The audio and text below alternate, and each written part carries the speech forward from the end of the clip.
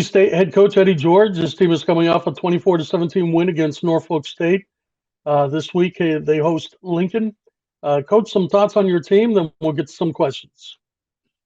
Just really proud of how the way we played through adversity last week. Jumped out to a 17-0 lead on Norfolk State last week. Not by any means I think it was going to be a runaway game, but we made mistakes to allow them to come back in the game, especially right before halftime. Some decisions that we could have done differently, put our team in the best position to go in up at halftime with momentum. Came out of halftime, I had a penalty, started off deep in our own end, but we found a way to win in the end. With a 10-play, 75-yard drive, just speaks to how we're growing as a team, becoming mentally tough, physically tough, and being able to embrace adversity and have a positive response. So that was encouraging to see us do when we absolutely needed to have that to shift momentum against a resilient group. So on to the next week. This week offers a new set of challenges for us. Lincoln University comes in winless, but by no means does that record really indicate who this team really is. They're a tough, resilient group. They're vying for a win, and we're going to get their best shot this weekend. Okay, questions? Mike, we'll begin with you. Andy, can you talk about your defense? Your offense has been going through some growing pains. Still got two quarterbacks battling, and that sometimes stops the rhythm a little bit. But your defense has allowed you to kind of experiment or see what those two guys can do and kind of grow. What is the defense doing well that other than keeping the other team out of the end zone? What is it? Did you expect this kind of performance out of your defense this year? Well, I've watched them grow. I mean, it goes back to last year. We were top 25 in red zone defense last year. And I think they've taken the next step forward in terms of owning, the standard on that side of the football. Bend but don't break mentality. They never really panic in red zone situations or being having the pressure put on them. I think they try to rise to the challenge of that. I try not to put a lot of pressure on them because I know that they are, holding us down, giving our offense opportunities to score. But it just speaks to those guys on the side of the ball, Josh and James Green, Monroe Beard, Cam Stewart, TA, Chris Walker, Joey. Those guys have done a great job of really holding down the fort and really taking on the pride of what it is to be a part of this defense. And they're a resilient group. And the one thing I can say about them is that they communicate really well in those situations.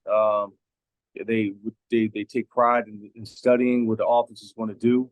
Coach Bowden and Fish and Clyde and McNutt on that side of the ball, they do a great job with those kids to communicate. And they want it. They want to be good. They want to be the best. And they've shown up time and time again. And they understand it's complementary football, and they understand where our offense is at, and they're growing. I mean, we were able to jump out with 17 points, with two quarterbacks in the game. Of course, DJ made his mistakes, but he overcame that. So that's going to happen.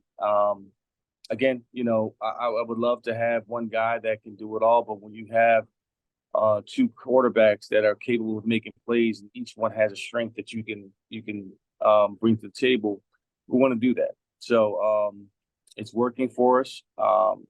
In the future, who knows what that holds. We're really trying to see who that guy's going to be moving forward, really take the torch and run with it. But it takes a level of mastery and understanding and ownership to really be that guy for us that we need him to be every single down to be consistent. So that's kind of how we're operating. And one other question about the defense. Eric left the game with an injury, but I think he came back. And what's his status for this week? Eric's going to be down for a couple weeks. Had a dislocated shoulder. The MRI and everything else came back pretty clean. we're just going to let him heal up and rest. Certainly that hurts our depth at defensive line. So we're going to have to do some things there creatively on the defensive side to kind of aid that loss that he brings to the table. So, he's got a young career, and I don't want to risk anything long term for right now. So he's a freshman. Want to let him heal up, get right, and finish off the season strong. Okay, thanks, Eddie.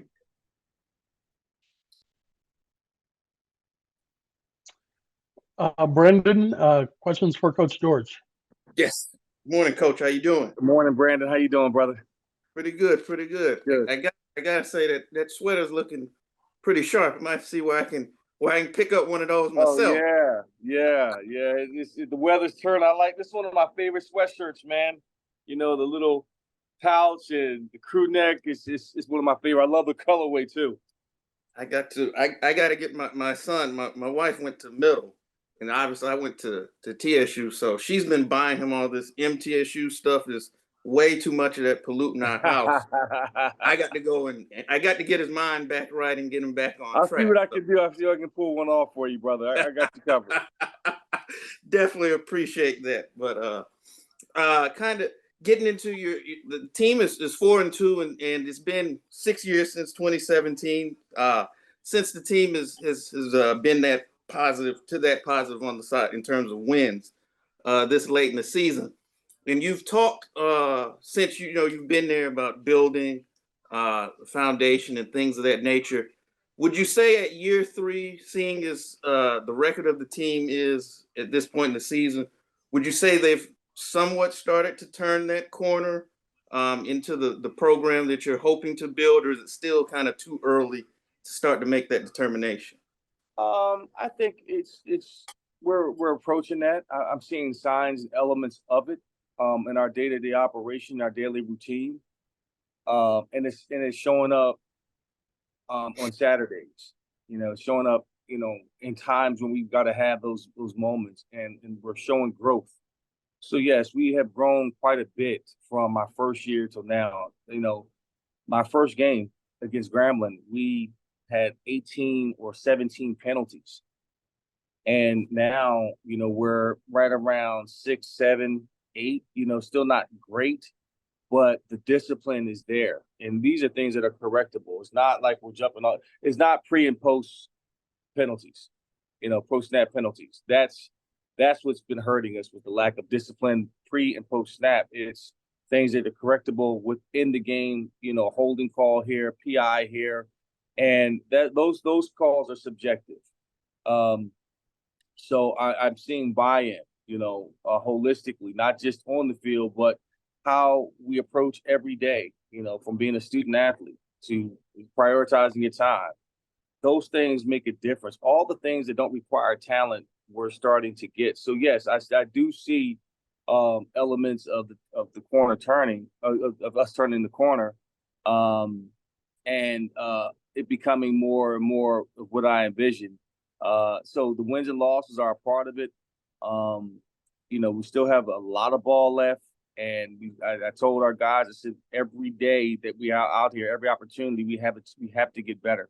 We never walk off the field the same team. Either you have gotten better or you've gotten worse. There is no middle ground. If you stay here, you're not getting better. That's regressing. So guys have understood that, and I'm really pleased to see where we are right now. Okay. And you touched on the defense a little earlier. Wanted to, obviously, Mr. Allen got all conference honors this week. I didn't know if you were aware that this will be the 5th straight game that y'all have played to where you've had at least one player get all conference honors. When you see something like that, does that kind of go into kind of what you just talked about earlier in terms of development, your players, them starting to fit better into not only the system and what you all are asking of them?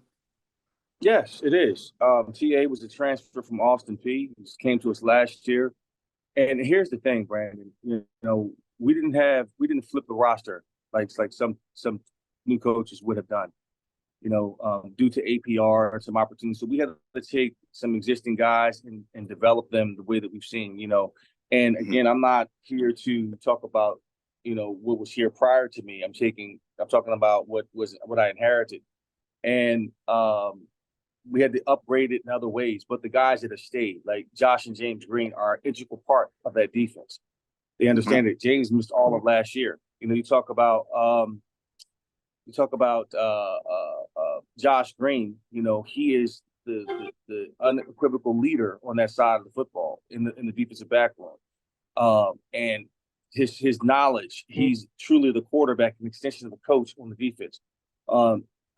Monroe, who is a transfer that came in from Arkansas Pine Bluff, he's all about ball, and he's just now understanding the defense.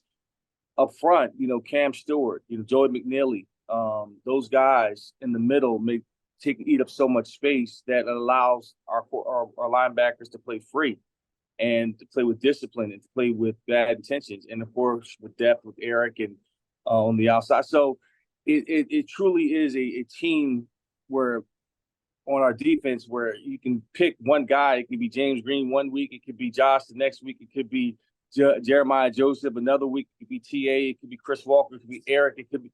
So they learn how to play well with each other, and their defense travels. And I told them, I said, listen, we're building a mindset that's built for November, late October, November, when it's cold and it's unkind, and we want to be a team that nobody wants to see. We've got to be able to run the football, stop the run, and we got to be able to play aggressive on third downs, and we've got to be able to churn out drives. And I think we're approaching that holistically as a team, and that's going to get us to where we want to be in the postseason. And we're embracing that mentality. So, it's really encouraging to see that one week or another, when guys have their opportunities, they're taking advantage of that on the defensive side, and of course on the offensive side as well. Thanks, Coach, and good luck with that with this week's matchup. I'll be looking to see what you can get for me. Okay, as far as the sweatshirt, I got you covered. Well, I hope I see you at the game, brother. All right. All right, Brandon. Thank you, my friend. No problem. Good luck this week, Coach. Thank you. Brandon, don't forget, you can just scratch off the M and it still says TSU. So, nice. Hey, Coach, one quick question I have for you. Talking a little bit about special teams, James Lowry has been pretty consistent for you. Has been hitting field goals from, beyond even 50 yards. Does this, how does that help your offense in being aggressive and being able to attack maybe a little bit more, knowing that you have him to be able to still be able to pick you up some points? Well, it certainly extends our scoring zone for us. We're not looking at 25 and in. We're looking at now 35 and in. It's like, okay, when we get the ball inside that 35-yard line, I feel confident enough to go for a field goal, and that we're going to get that. Those are points for us, so we can be a little bit more aggressive. So, it's funny you say that. We give out Tiger Paws every Sunday after a victory, and special teams has theirs, offense, defense, and so forth. And I have my own. Well, offense decided to give extra paws to Jimmy because he's been producing points for us, and that's something that we have to be conscious of. Like for our offense, our thing is to get first downs, get that first down, and it leads to points. Now as an offense, we have to find that law where we get out of rhythm a little bit, and then we got to get back on track. So we're working to find that. But you asked the question about Jimmy, his confidence is right where it needs to be. And I trust him wholeheartedly, and I tell him that all the time. And it's not just to get him to play well, but to be truthfully honest that, hey, you are really having an exceptional year, and he's locked in. He takes advantage of every opportunity, takes advantage, really hones in on his craft, takes it very seriously, and that's something that he had to grow into since we've been here, and that's a credit to Coach Burns, who works with him religiously. When he gets his time to kick, he takes that very seriously, and it truly has paid off for him. The kid really is playing at a high level right now.